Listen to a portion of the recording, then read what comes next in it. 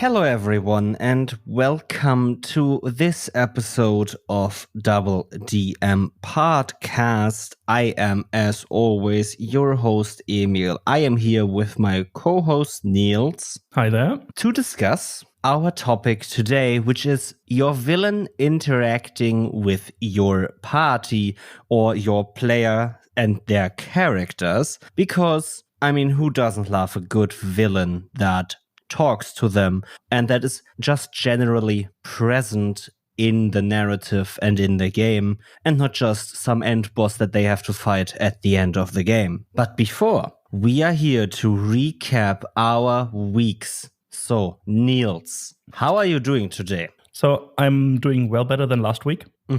Because I'm not anxious for my exam anymore. Hey, because I wasn't able to write the fucking exam after all. So. But did you go? Yeah, I did, but. And they said no. Yeah, but hey, I can sleep now. I can sleep way better now. That was a big problem before the exam. I can't sleep at nights usually before exams. That's a shit show. Anyways, now I don't have anything to do until the start of the next semester, and which is just in a few weeks. Yeah, I know, but at least there are a few weeks, Yeah. But I can play TTRPGs, video games, just doing whatever the fuck I want. So I'm doing good. How about you? I'm doing great. Any specific reason or? Constant fear of not doing enough, but also doing too much already, having to find a new job quickly or ever increasingly quickly as I see the money resources dwindling in my bank accounts. Yeah. Yeah, so the basics. I am doing great. I am feeling good. I've been doing a little bit of work on my apartment again. I've been planning a bit more about my living room because what I realized is I do most of the stuff I do online at my computer. And I don't need a living room to work like some people do, right? That they have a bedroom and in their living room, they have their PC. I could do that, but I don't. That's just the way it is. Because of the arrangement of the rooms in my apartment, it fits very well that the room that I am currently recording in is also the bedroom. That's just the way it is. And then I have a big living room, which is frequently used for TTRPGs and, gatherings with friends, right?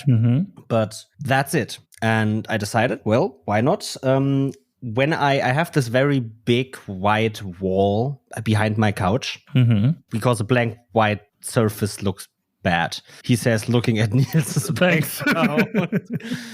No, but personally, I just have a lot of things that I could hang there. And I decided, if this living room is mostly used for TTRPGs or gatherings with fantasy, sci-fi, and TTRPG nerds anyway, why not decorate the room to fit some kind of TTRPG mystery, like the vibe of a library, an ancient library room with knickknacks and antiques and stuff like that in there, right? Okay, yeah. Like this antique vibe to it, right? It's not big world map that is hand drawn or something. Maybe of my own world, maybe of, I don't know, Middle Earth or whatever, right? Like all these different wall decorations that kind of fit this vibe of this antique filled library room. And then behind me, where I normally sit when I GM, that's where my bookshelves will go when I finally get them. But I don't have enough books to fill all the wall space. So there will also be other props put in there because I have some other cool things that I could put in there. Say, looking at for example, the dice tower that I have that was 3D printed for me by a friend, which is like this very high princess tower that I could probably paint and then put in there. I have other props that I might put in there, right? This whole vibe of when you enter this room to play TTRPGs, it's not just a living room, it's the immersive library room where you play. Just filling it up with little knickknacks on these bookshelves. Besides redecorating my living room and job hunting, TTRPGs, Niels. Did you have any sessions this week? Not until we last spoke, but I have one coming up tomorrow and 2 sessions coming up this Sunday. For 2 of the 3 sessions, I am the game master, and for 1, you are actually. Yes, I am. So yeah, I'm excited to see where our cyberpunk game is going. Can't wait for that. Bit of shootouts to be had or something. I don't know yet. So we'll see. And for the one tomorrow, I have to find a way to introduce a new character, although my characters are currently in the Underdark somehow. Mm-hmm. So I still have to prep for that. That's a bit of a work in progress right now. A wandering lost soul suddenly appears out of the darkness to you and says, "Hey, can I join your party, please?" Yeah, not suspicious at all, right?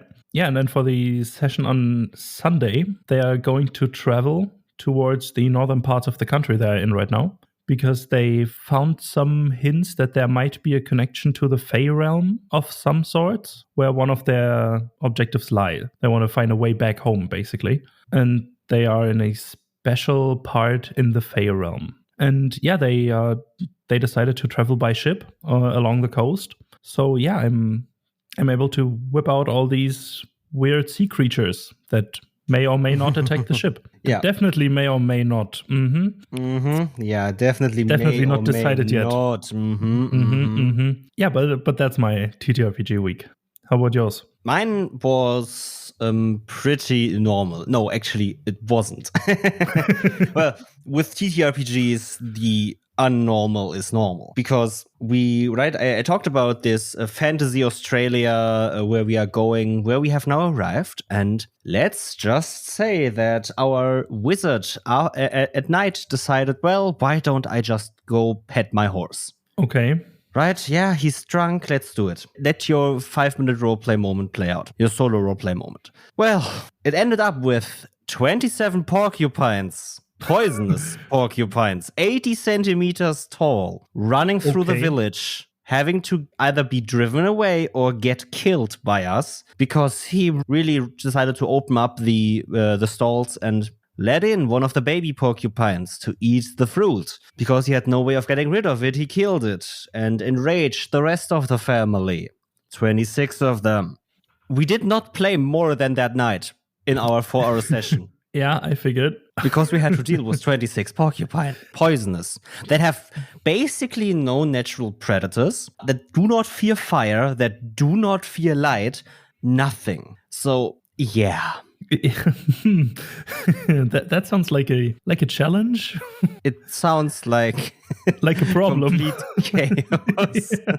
It was complete chaos, but it was great. It was very enjoyable. Personally. Amazing. Yeah, I mean, we're all here for chaos, right? Chaos is just fun to deal with in TTRPGs. Yeah. Chaos is really fun. Chaos is actually something that we might have to make an episode on, because it's a word that gets thrown around so often, has different meanings, and I think that actually there's a big value in the meaning of chaos for TTRPGs and what that means for playing the game if you think about it. But that's not topic for today. Then I also played on Sunday, which was Besom, Big Eye Small Mouth 4th edition. I think I found the worst system I've ever played. Okay. I really hate Besom. It felt like the system is basically based around these attributes, these powers that your character has: telekinesis, fly, blah, blah, blah, blah, blah. And you have these levels in them. You have to invest points. It's a point-buy system for these attributes and blah, blah, blah, blah, blah. The whole book is basically only how these attributes work, how items work, which is also an attribute you can have, how to create characters, blah, blah, blah, blah, right? It's very much only character creation, this book. Mm-hmm. There's a very few pages on action and running the game. Personally, I don't know if this is the experience everyone has with the game, and maybe we've just played it wrong, but it felt like so much of the system was pointless. Yeah, okay. Mm-hmm. Because it was not engaging or interactive at all to us. It was, this just happens. Like, for example, my villain had the ability to see 1 minute into the future. Seeing 1 minute into the future negates every plan that the players can come up with, basically. Now, this is an interesting perspective. This is an interesting challenge to deal with, though. Not gonna lie. That's why I took the ability that's why I gave the villain the ability. But it just felt pointless. Because I could have also just not taken the ability and said my villain can see into the future, right?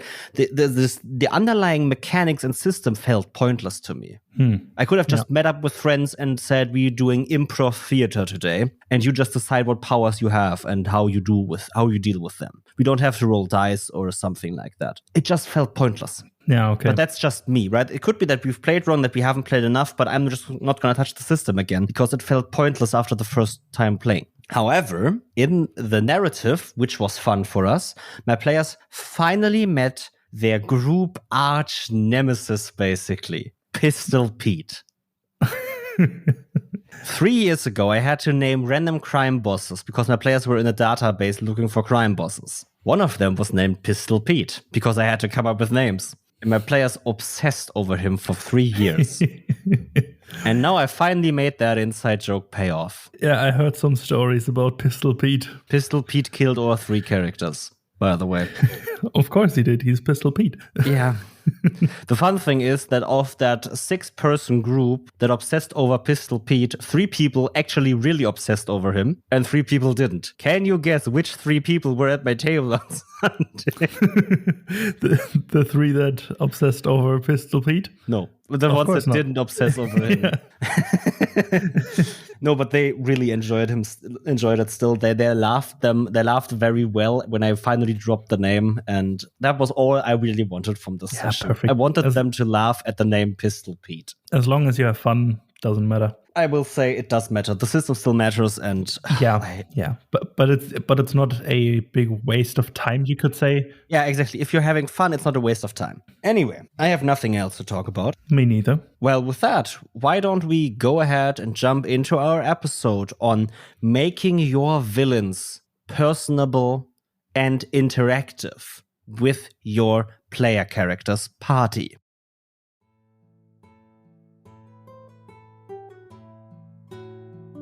Hey listener, how are you enjoying the show so far? Tell us about it in whatever way you see fit. Go to our social media pages and add us or DM us about your favorite episode of the show. We would love to hear from you on what impact our show might have had on your home games.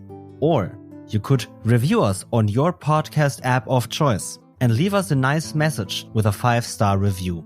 And if you want to go above and beyond, bring a friend into the fold. Tell them about our show and refer us to them so they can get a piece of the pie as well. Thank you for listening to DoubleDM and joining us on this incredible journey.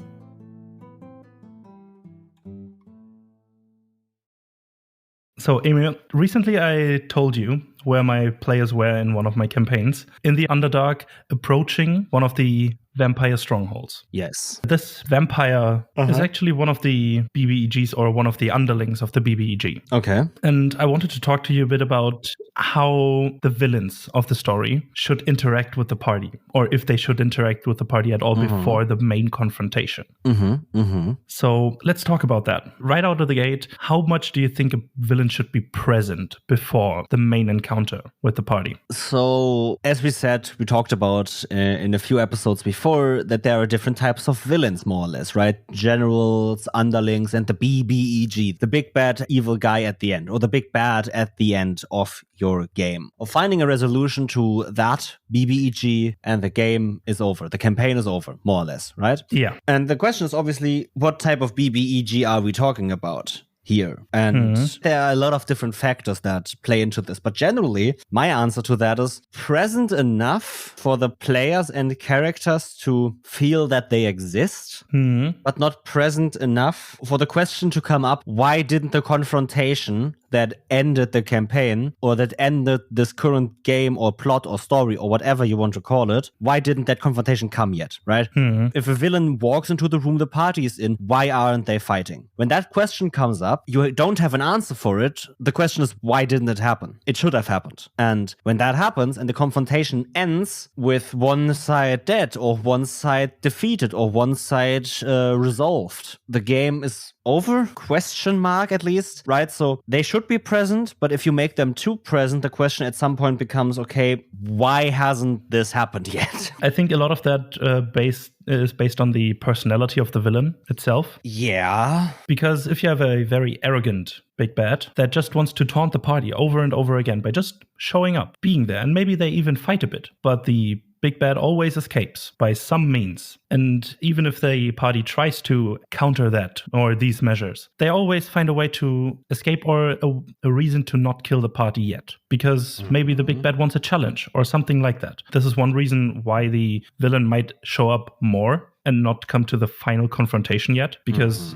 just based on the personality. I mean, the personality is, I think, more one of the fleeting factors in the question of how present this villain should be. Right? It plays a role, especially of how the villain acts. But I think way more important here is just the circumstances that the presentation of that villain take place in. Like, for example, if that villain is someone that is known to get away when they have to, that is a circumstance. The players can fight this villain, but they have a back door. They know how to get out. Yeah. Sure. One other thing is, for example, that the villain might, as dumb as it sounds, always talk to the party through a wall of force or wall of glass or behind bars, or basically, right? Only shows up when there isn't a physical way to actually interact more than just through words, for example. Right? There are a lot of different ways you can basically halt this final confrontation between villain and party. Yeah, whenever you have one of those moments, then you also have the ability to, right, do the interaction with the party. But also, very important, especially as I mentioned, Wall of Force, which is a D&D spell, you do not want to force these interactions and kind of deus ex machina yourself that the villain gets away because you don't want them to die yet. If your party, for whatever reason, cleverly outsmarts this villain and with all their resource that the villain has at their disposal cannot get out, and the party does end up killing them or capturing them or whatever, then that's it. So every interaction of the villain and the party directly is theoretically a risk for both sides to take. Because if the villain decides to, well, why don't I just kill this party of heroes that are trying to stop me? And then they kill them. That also, like, if the villain has the possibility to do so and the willingness to do so, why don't they? Exactly. There's also a reason behind that, right? There's a lot of reasons for the circumstances of this interaction. And now, as I said, direct interaction also implies that there's going to be indirect interactions. And I want to talk about a little bit about that. What types of direct and indirect confrontations and interactions between especially villain and party exist?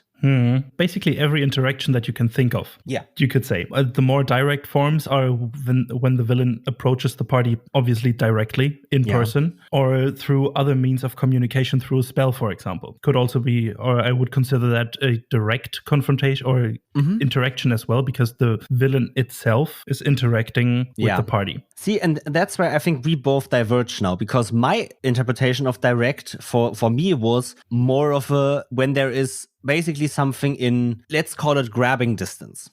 Okay. The party, the camera shines on the party, right? Yeah. Let's say someone, the villain or maybe one of their minions, directly interacts with the party in that moment. Because for me, the spell, for example, a sending spell or whatever other medium of communication through spells, is a very indirect message because it does not necessarily endanger, for example, the person that is sending the spell or the person that is receiving the spell, because they're not physically at the same place. Yeah, I can see that. But your definition also works, right? Everything that is direct, where there is no middleman or something, could be a direct form of interaction. Yeah, I think we could divide that even more into threatening and non-threatening, and then direct and indirect confrontation or interaction. I don't think that threatening really plays a part here yet. Okay. My approach was not about threatening. It was about something being present in the moment. For example, the party has been captured by the evil tyrant's guard. And instead of that, the evil tyrant comes to speak to the party, one of the generals comes to speak to the party, right? He is basically relaying a message. But that would still be a more or less direct form of interaction between that general and the party. And yes, it's kind of a little bit indirect for the evil tyrant, but there is still something graspable for the players in that moment. It's not a letter or a sending spell that just happens and there's nothing they can do about it. Because right, if you get a sending spell, you have to listen to the message more or less. Yeah. You cannot interrupt it, or well, you might if you have some kind of abilities for that. But if you receive that message and basically it's indirect because, let's say it that way. I'm gonna use a different approach. We're going to say direct and indirect, and both of them can be divided into synchronous and asynchronous. Oh, yeah, that's a good way. Yeah, Communicate. The that thing works. is, we have direct synchronous communication, which is a discussion, which is people talking. Like us, like we are doing right now. Like this podcast, we both are talking. That's a direct synchronous communication because we both can, at any given point in time, talk and respond. A phone call is a direct communication that is synchronous. Exactly. A direct asynchronous communication is, for example, through a middleman. The evil tyrant says his general, tell these evil adventurers or tell these adventurers this, and the general just tells the players. And the players tell, okay, tell your evil tyrant this. And the middleman has to go and talk to them. For example, another way of a direct asynchronous type of communication would be a sending spell, because you can only send messages one after the other. You cannot actually talk with each other. Exactly. You always have to send something, and the other party has to receive it and then respond on their own terms. And then there is indirect communication, which is which can be synchronous. I don't have an example for that because that's hard. Yeah. Maybe through, I don't know, a magic paper that both people can write on and see the messages the other one writes, right? Or, for example, a WhatsApp chat is more or less a direct, doesn't matter. Yeah. The thing is that there are a lot of different forms of interactions. These different forms of interaction obviously set the stage for that interaction differently, because if you only communicate through a sending spell, the messages can only be this long, for example, and you can only send that many a day. Yeah. And after that, you're out. So your communication is going to be short and probably very precise. When you're in a discussion in, for example, the evil tyrant's throne room, you can talk as long as you want, but there's a lot of higher risk attached to saying something that might upset the evil tyrant. Yeah, in general, I think a lot of risk is involved for both parties when you're having a direct synchronous communication of some sorts, because there is something there that can, or some things are in the air that can happen. There might be consequences to the things that you said directly, and not just in a couple of weeks, months, days, but direct consequences immediately after you said it or after you did something or whatever, right? For example, the villain not necessarily disguises themselves, but goes to the same tavern as the party just to talk, and they upset the villain, or the villain upsets the party, and therefore some sort of scuffle, fight, or whatever breaks out that leads to the destruction of the tavern. That's a direct consequence of the things that happened in this direct synchronous communication of that interaction. I think talking about consequences is actually a very good thing for these interactions. Yeah, because interactions have consequences. Every interaction has some consequence. Yeah. The question is what consequence and at what time. Yeah. Because especially for indirect communication or interactions, the consequences take a little bit longer to form or to make themselves shown, because it just takes time to reach the opposite party of things that happened. The news just take a bit longer. And then only the consequences are known to the other party. Yeah, but I think really talking about consequences is important, because there will, right, as you said, there will always be consequences. There will always be consequences for both sides attached, right? For example, if the villain, their first time interacting with the party, shows and presents themselves, that's a consequence for them, because now the party knows who they are. Exactly. They have an image to them, they have a name, they know them now. This has consequences. Because, I mean, it's a very obvious consequence for this villain. Even if the interaction was started and initiated by them, they should have known that this consequence leads to this. Now the question becomes, since we were talking about consequences, that's the end. That's how the interaction gets resolved. But someone also has to start the interaction. There's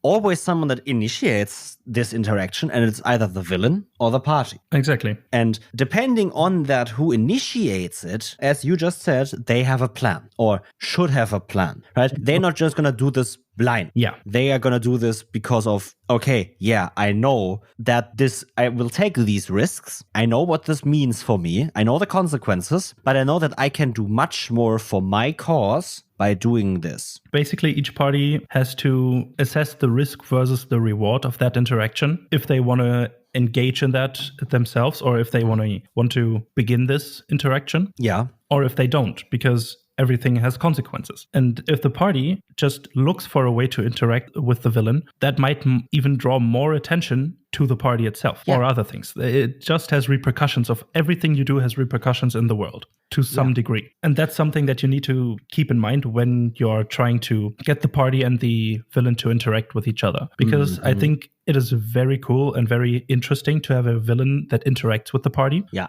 Either directly or indirectly. That doesn't matter right now or in this circumstance. Yeah. But just the interaction between those two parties is insanely beneficial for the whole game. Because I think it binds everyone to the cause. It personalizes everything about it, right? Exactly. This villain isn't just an end boss you have to fight to get to the last level or to finish the last level. Exactly. It's a person that has been pulling the strings for years and years of your game. It's the reason the party has come together. It's the most dangerous foe that they have ever faced. And the goals of this villain are very clear. They want to destroy the world for whatever reason. The party knows that this cannot happen. They know how to stop them. And if that villain is somewhat interacting with the party in whatever shape or form, it personalizes the issue for them because the party now knows this villain. Yeah. They know them. Maybe even on a personal level, but they at least know that this villain exists and they know the dangers that come from them. They know the power that this villain holds. They understand everything, or they understand at least some parts of it. And therefore, your villain that you've made is gonna feel way better connected to the game if they are connected to the party and the player characters, and therefore the players have some kind of bond with them. It doesn't have to be a good bond. It doesn't have to be a strong bond. It just has to be some bond. Because if you do a game, and all of a sudden, after you've beaten this villain that was for the current story arc, now there is a way bigger and way more powerful villain once again that just doesn't want to destroy the world. He wants to destroy the multiverse or something. Yeah. But you had no connection to him whatsoever. It's not gonna feel great. You need build up. And that build up comes through many different means. For example, through showcasing that the world is in peril and needs heroes to rise up to the task and blah, blah, blah. And showing the destruction this villain causes, showing the power, but especially through making this villain more than just a big bad. Yeah. Right. The thing is, when I always say big bad, I always think of this amorphous black blob of dark energy that's evil. If that's my villain, that's not going to be that fun. Exactly. It's just an amorphous black blob. But if you give it form, give it character, give it a shape, it just binds everything together. It connects the whole world and the party to that world. It just enhances everything about it. Yeah. The thing is, right, you give that form character, you form it, you make it into an actual villain. That's step one. And you've done that. And now this episode, right, it's about making sure that that form is actually perceived by the players, because it doesn't matter if you have the most complex, twisted, evil villain ever. It doesn't fucking matter if the party, and therefore the players, do not see it, do not feel it, and have no chance of interacting with it. And that is why this topic today is so important. You need to make your villain perceived by the players. You need to make sure that the players know the dangers that this villain causes. And you need to let your players know of the destruction, of the sorrow, of the anger, of the despair this villain spreads. Because if they do, that's when personality comes to shine. Right, another thing to make the villain interact with the party, even if it's a very, very indirect, asynchronous way, is by the villain burning down a town, already having moved on, and the party comes to town, seeing it burned to the ground, finding clues for this villain, finding clues for why they did it.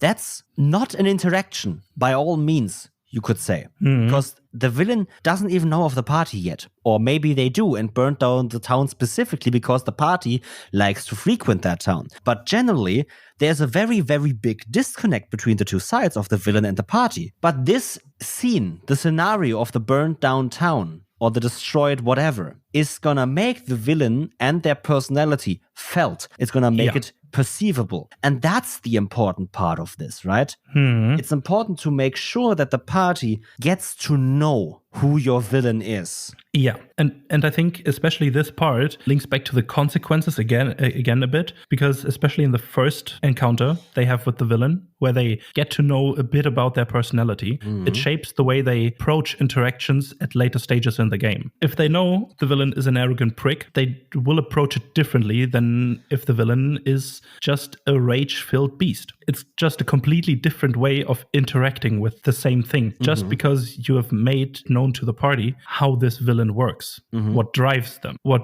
makes them the things they are now. And then you can sprinkle in a bit of history about them to make it maybe a little bit relatable even. Yeah. I mean, relatability is one of the most important parts for villains for me. Yeah. They don't have to actually be a twisted good guy or something, right? They don't have to actually think they are saving the world or something. Maybe they want to destroy the world for whatever reason. But maybe there's a reason behind it, something that is at least somewhat understandable. Yeah. Like something where people go, okay, I would never do that, but I can see that there's a logical chain of causalities. Yeah. That there's a logical chain of causalities from where this villain started, before they became a villain, to where they are now, why they are doing something, right? It doesn't have to be something that everyone goes, yeah, I would do the same if that happened to me. Because no, that doesn't have to be the case. In my opinion, that can be an interesting villain, but sometimes I also just want evil villains that want to destroy an entire continent for whatever reason. But there still needs to be a reason. Exactly. My players are very emotional or very emotionally invested, and having an emotional reason for the things the villain does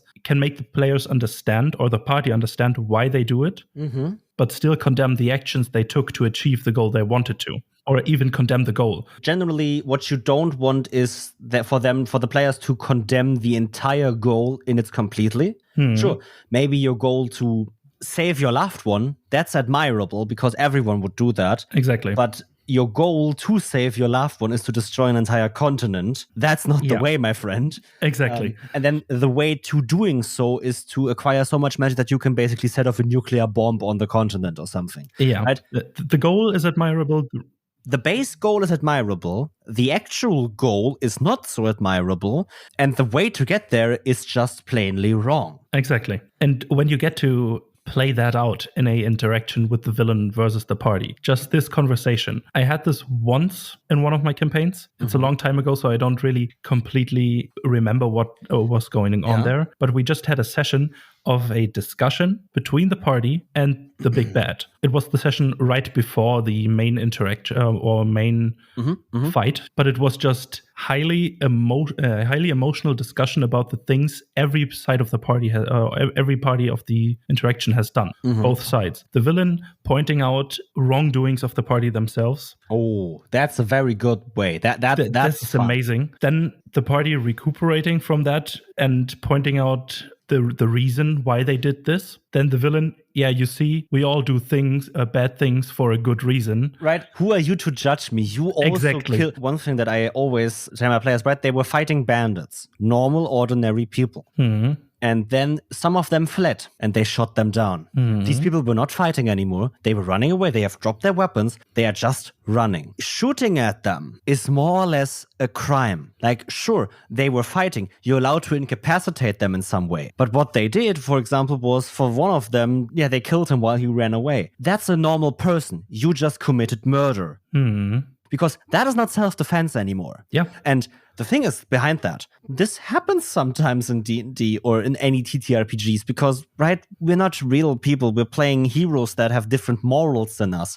Sometimes you might get carried away, right? This person is running away. And I shoot them. And by the works of the game, you don't say, oh, it's non-lethal damage or something, right? The game itself doesn't know that this person is running away. That's something that happens at the table, not in the game itself. And when the player says, I shoot him, they shoot him. And the game says, okay, he's dead. And then I, as a GM, go, he's dead, because the game says you have to declare that your damage is non-lethal. You didn't. I'm sorry. You killed him, right? It's a table discussion that gets set on top of the rules. And they killed him. And if they really say to a villain that he is also killing innocent, scared people that have done nothing wrong, he's gonna say, well, you killed a bandit that didn't even do anything, because that person, that was basically their first job, more or less. And then my party knew that. They knew that these were basic farmer boys that just decided, fuck, we were farmers, we don't have enough money, we need to stand up to the state and start a rebellion. And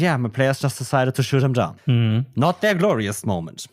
And they beat themselves up about it because they realized that wasn't the right thing to do. It was just plainly wrong. But when a villain now knows that, he's just gonna say, who are you to judge me? You're doing this. We are both the same. Yeah. And right? this moment is just infuriating, but still 100. eye-opening. Yeah. It's amazing. And just the looks of my players at the table when we had this discussion, it really took 3.5 hours just talking with the villain, or a bit of time of that was getting to that point. And then we ended the session right before the main confrontation broke out. And then we just had a session just for the fight. I love it. And it. it was amazing. It was truly, truly amazing. But yeah, and the stakes in that fight were even higher because of the interaction with the villain beforehand. Because the blood was boiling. Everyone just saw red because everyone was just infuriated with every side by the things that were said beforehand. Just through one interaction alone. Basically, it's a small thing compared to the whole thing of a campaign. Talking with a person is theoretically a very small thing. But this talking with a person completely raised the stakes for everyone, and just that, and therefore made just the following session that much more impactful, and that much more awesome. Enhancing everything about it is just a great way to enhance the game, the stakes, and the investment of everyone involved with interactions with the villain, with the party. Yeah, and that's exactly how you see it. These interactions are important because they give more depth to the game. They give meaning to something, right? Exactly. Because if the party doesn't see why the villain is doing all these evil deeds, they're just gonna be an evil guy. They're just gonna be evil. There's nothing to it. But if they see he's doing this for his loved ones, he is trying to protect them. I have a villain in my back pocket to use at some point. I'm gonna talk about them a bit, who has discovered something, a fact about reality or a fact about life. And he is trying to fix it. The fact is that there's a certain disease, for example, that is gonna wipe out everyone, and he's trying to find a cure, but he has to kill 100 children for it. But he would cure million children after that. It's a trolley problem. Yeah, exactly. Love that. Would you let him do it or Love not? That. Yeah. And now I'm not here to discuss if that's a good thing, but it's a moral dilemma. We all know the trolley problem, and it's a moral dilemma to put your party in front of. Why? Right? He is actively killing 100 children, but without that, there might be even more that die. Yeah. But those would die passively. Is that justified? It cannot be, and I'm going to say this, it cannot be answered that easily, at least. Yeah. You can make the answer up for yourself, but know that answer is never going to be necessarily the right one, because both answers are, it's a very high moral topic that we do not need to have hard words on. It's just there. And now, that's when my players first interact with that villain. I'm going to make it look like he's just killing children. It's going to infuriate my players, because killing children is infuriating. Obviously, disclaimer, done with safety tools. If there is someone saying no harm to children, please, that villain is not going to show up. Or he's not going to kill children. He's maybe going to kill something else. I have enough at my disposal. Puppies. Maybe. Harm to animals as well. Maybe he's not going to kill adults. Maybe. Yeah, whatever, right? But he's going to kill something. Or he's going to do something evil at least. And first of all, he's going to look evil. But as soon as the players understand what he's doing by either interacting with him personally and him telling them, I'm doing this for the greater good, or by, I don't know, finding his journals or something, which is an indirect communication or an indirect asynchronous type of interaction, they can understand he's not just doing this for being evil. He's doing this to, well, protect the rest of humanity, because there's a disease coming and it's gonna wipe out everyone. Yeah. He's the only one that can find a cure, something like that, right? He still believes he is in the right. And maybe and obviously I like my villains a little bit extreme, right? I am the only one that can do this. There is no other way than my way. A little bit deluded of maybe there are other ways. Maybe they are. And that's for my players to find out, not for the villain. The villain is, my way is the right one. I have to do this. I will do this. I am doing this. My players might let's just try to find a different way and convince this villain to not do so anymore. Show him that there are different ways, do our way, and then, I don't know, capture him and take him into custody or something instead of killing him. Yeah, and one thing that just came to my mind is, especially in these situations where you make this goal and the reason behind it known to the party, it can just create that much more differentiated ways of for the party to deal with this villain or to resolve the conflict with the villain, not to deal with him directly. But maybe they can put their energies, their forces together and find a way that isn't by killing 100 children or whatever, right? They can find a way to work together to thwart that evil that the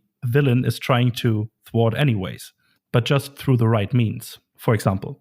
100%. One fun thing that you just mentioned is, right, that there are more differentiated ways to the problem at hand and to solving it. You know, if you take that one step further, it comes even better. In interaction with the villain that makes the party understand who the villain is, and then there are these differentiated ways. The players come up with different ideas to this, or maybe even agree with him. Yeah, let's kill 100 children to save million children's after. You know what that means? You've just morally split the party. The party isn't as a whole group in front of a moral quandary. They are having differences in their own party.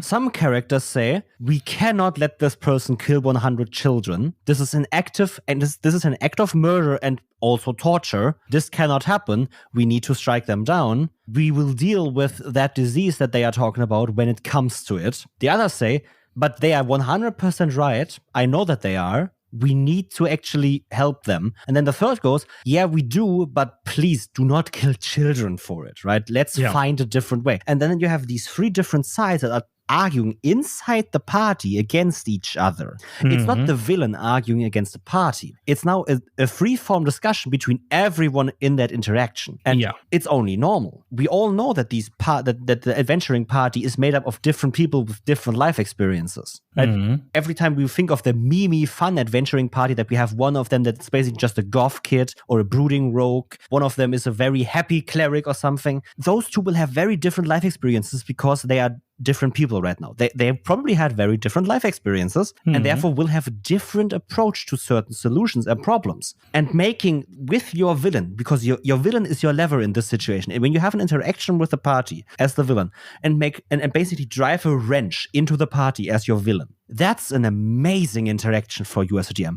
Because it gives your players an opportunity to really play out their character and it gives so many moments for growth or truth in the party. It just makes the game more fun because it doesn't mean that the party always does the same thing that the party leader or the paladin or the good wants. Sometimes it's time to dig in your heels and just stand your ground, even against your friends. Because this is what you believe in. Yeah. But that doesn't happen often as long as you don't necessarily drive a wrench into there at some point in some way. Yeah. And the villain interaction is one of the best ways to do so. Yeah. Another thing that something like this is perfect for, it can just completely change the tone of the game if that's okay with everyone. You have to talk about that beforehand. Yeah. But let's stick to the villain idea that you just mentioned with the curing a disease by killing 100 people. If the party, after discussing between them, says, yeah, we need to stop this disease, but through different means, it kind of becomes a race between the party and the villain before the villain executes their plan to kill 100 people. Yeah. Or the party finding a way to cure this disease without doing that before everything the villain has planned gets into place. Rather than just, yeah, we need to kill this evil guy. It just becomes a whole different style of game, basically. Not necessarily, but it can lead to a complete shift in the goal for the party. Rather than just defeating the problem at hand, is find a solution for the problem that the villain is trying to solve. But you need to find a non-evil way to resolve that problem. I want to go back to talk a little bit about the types of interactions you can have with your players. Not necessarily classifying them, but the types you can have. Some of our favorite ways how our villains interact with a party. And I mean, the first obvious one is taunting. Right? Oh, I love that. Yeah. That's where this discussion stemmed from, right? Because when we decided what episode we wanted to record today, we're talking about taunting the party with your villain. But just an episode on taunting probably wouldn't have been that big or wouldn't have given that much information to talk about. But for example, one of the most interesting ways I've seen a villain taunt a party is after the villain has been revealed, the party knows everything about this villain or knows a lot about this villain is, for example, in Vox Machina's campaign, in campaign 1 of Critical Role. Because there was a scene where, I think it was in one of the last few episodes, where the party went into a room to, I think, rest down for the night, and they closed the door, and behind the door was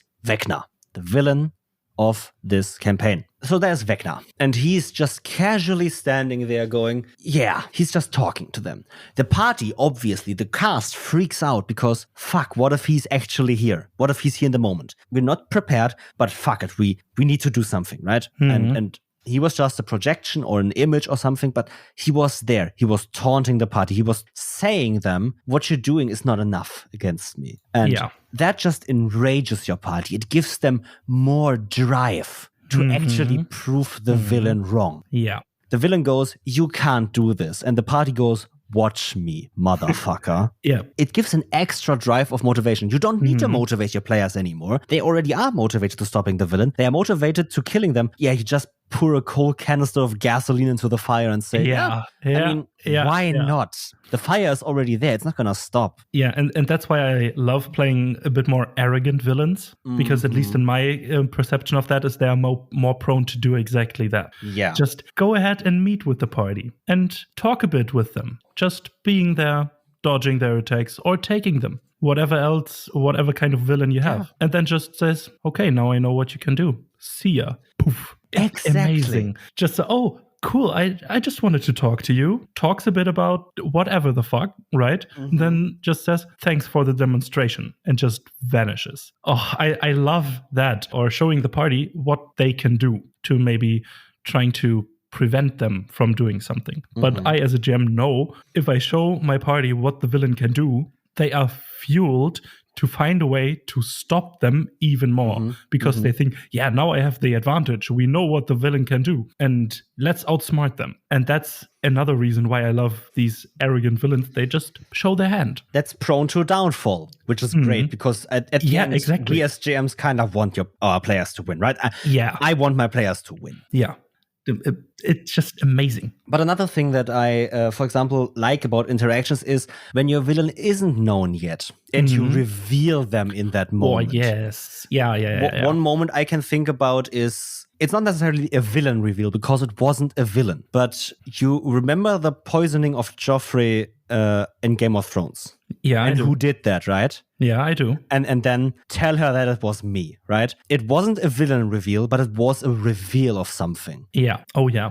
Let her know it was me, right? This moment of revealing to your party that the acts of atrocities that they have witnessed over the last months in game time were committed by someone that is now in the room with them, right? They're at the king's court and reporting that they've defeated the monster that was set free in one of the villages, and the court calms down and everyone disperses, and then there's only the advisor left, and he goes, so you killed my monster. Let me reveal my second one. Or something like that, right?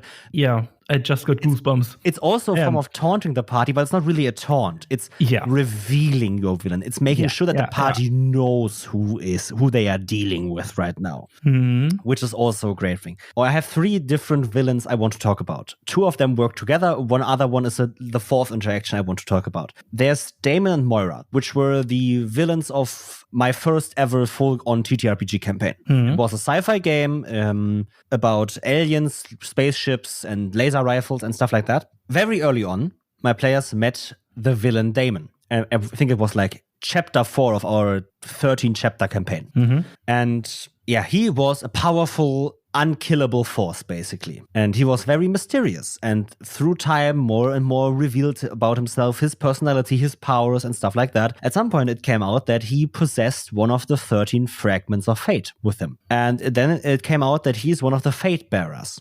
There are in total 6 fate bearers, or was it 7? I don't know actually anymore. And the other fate bearers were my party, all of them. Okay. Then at some point, my party, after we've basically entered the last chapter, which was a race for these fate stones, or for these fate fragments, my party met Moira, the goddess that created fate. She isn't the goddess of fate in this world. She was the one that created fate. After that, she had no control over it anymore. And she told the party, Damon wants to destroy fate. You need to stop him. Collect these things. Here's basically the first one. Basically, I gave them a fate fragment. And they were like, okay, cool. Now we're going to search for the others. at the end, my party each had 1, so 6. It was 7 fate bearers. My party had 6, and Damon had 7. They were then, okay, let's fight him on the fields of justice. Everything else in reality or in fate, in all the multiverse, was destroyed in that moment that all of these fate fragments entered the fields of justice. Because this is where fate is going to be created, destroyed, or rewritten. And everything else was meaningless after that, period. So everything was gone after that. It was only them, Damon, and Moira left. Nothing else. Okay. No realities, no universes, nothing. Everything gone. These are some stakes, man. The players fought Damon. It was a very, very tough fight for them. But every round, Moira talked to them and gave them advice on how to defeat Damon or encouraged them to defeat Damon. And then it turned into frustration. It turned into anger. It turned into insults. Until one of the players said, wait, I don't like her anymore. What the fuck is happening? What they realized is that Moira waited for her turn when all fate bearers would have been very damaged, very exhausted, or killed, to just snatch up all 13 fragments of fate and become the actual goddess of fate as well.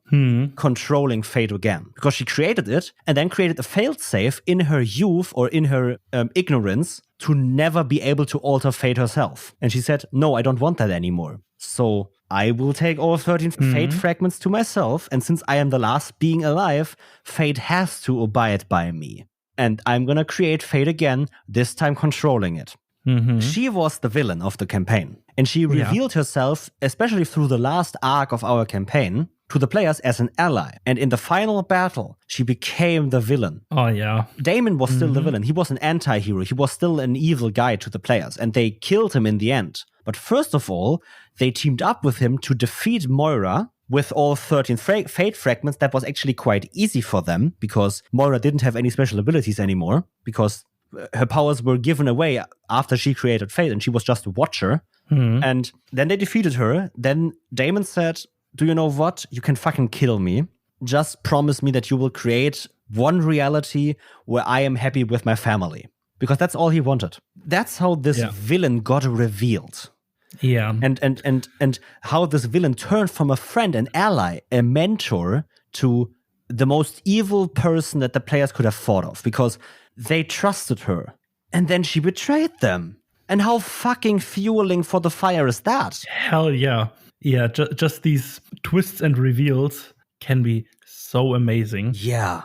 But you have to be a bit careful about them to not throw too many in, I think, to not make the players paranoid of every NPC they encounter. Right, there needs to be build-up, there needs to be specific pointers to it, and you should be sparse with them, because the sparser they are, the more impactful each one of them will feel and be. Exactly, but if you use them right, oh my lord, can a villain reveal at the end be rewarding for everyone at the table? Holy shit, yes. Just because of the faces, no one might have thought about that this might be a possibility. And then just in the last moment, the villain flips a switch.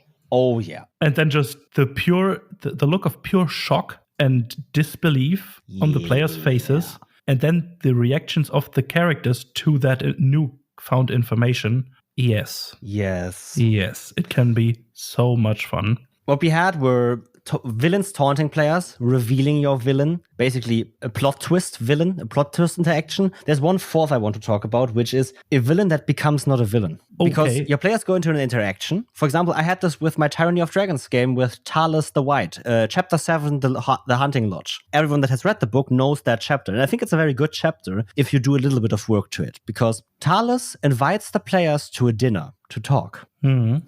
And in my game, I made Talos a spy master. She dealt with information. Yeah, I don't know if it's in the book or I made it up. I don't know anymore. But my Talos wanted to be the white dragon voice. She wanted to wear the white dragon mask. Mm-hmm. And the person that wore the white dragon mask was a dwarf. And she hated the dwarf. And she thought, wait, this party of adventurers that is trying to stop the cult could be my way of getting my way. I am not a villain to them. I am their ally.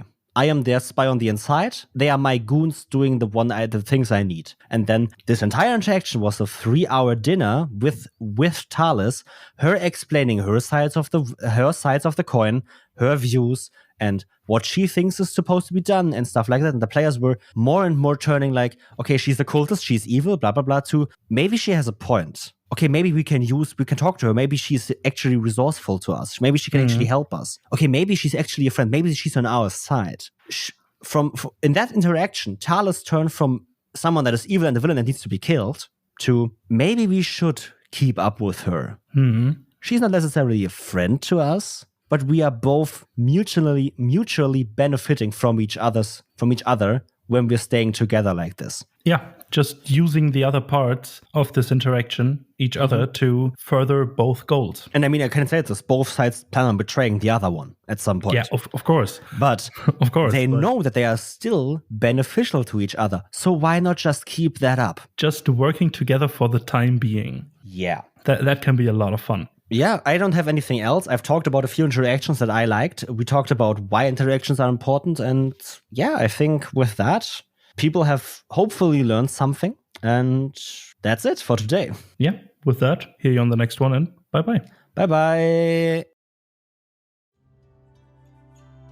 Thank you for listening to this episode of DoubleDM. It appears you liked this one. What we had to say and our advice helped you. Why not show us how we helped you in a rating, or even write a review detailing us how we helped? You can do this on the platform that you are listening on right now. It's just a few clicks, doesn't take long, and helps us out. It gets us out there and our advice into more ears of more people. Thanks again for listening and joining us on this amazing journey. Have a great day, and hear you on the next one. Bye-bye.